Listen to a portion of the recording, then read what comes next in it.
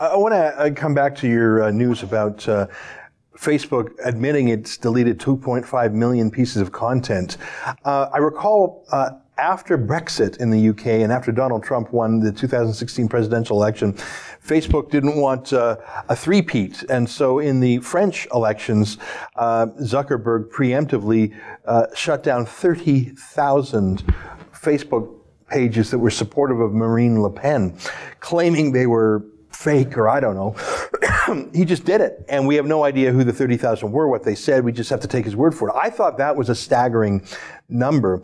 And now we'll tack on a few more zeros to that. The 2.5 million. Is there any trace of this? I mean, Ted Cruz was making the right sounds, but is there any way that Facebook would ever disclose or could be asked to disclose what it's censoring? I don't want the government to take over Facebook, but Facebook is acting like a bullying, censoring government, and they're bigger than any government I know.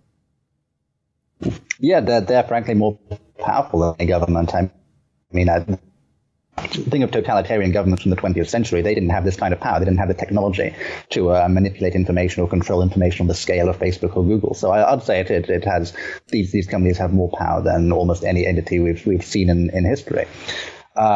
I think they definitely need to be pushed to be more transparent. I think if they did it voluntarily, if not some sort of government agency forced them to do so, that's great.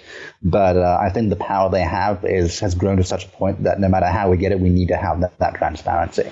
So just to use this example, they released this 2.5 million figure as part of this new report, which they say is part of their push to be transparent.